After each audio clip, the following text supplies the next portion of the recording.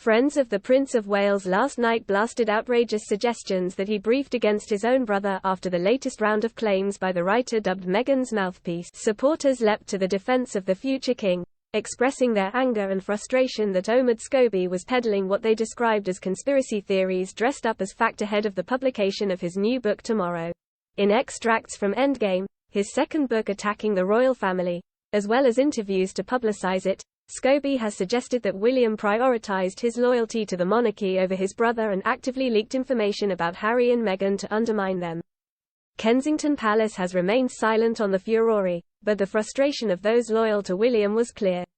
One told the Mail that Scobie's depiction of the heir to the throne was the very opposite of William's personal mantra. He has always been very tight-lipped when it comes to his family and made clear to anyone within his orbit that he would not do deals with the media, they said.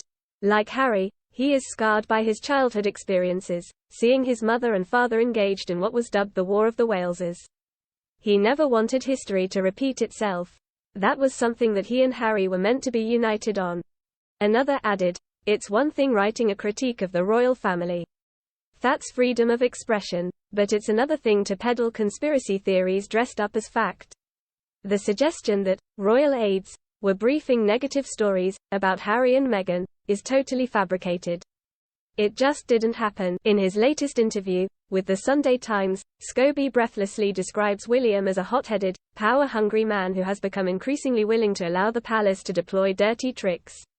Aside from the prince occasionally being prone to the famous Windsor temper, those who know him well say it would be anathema to him. The author also paints the Princess of Wales as an underachiever, who is too scared of putting a foot wrong to stick her head above the parapet. "That will really wind William up," said another source.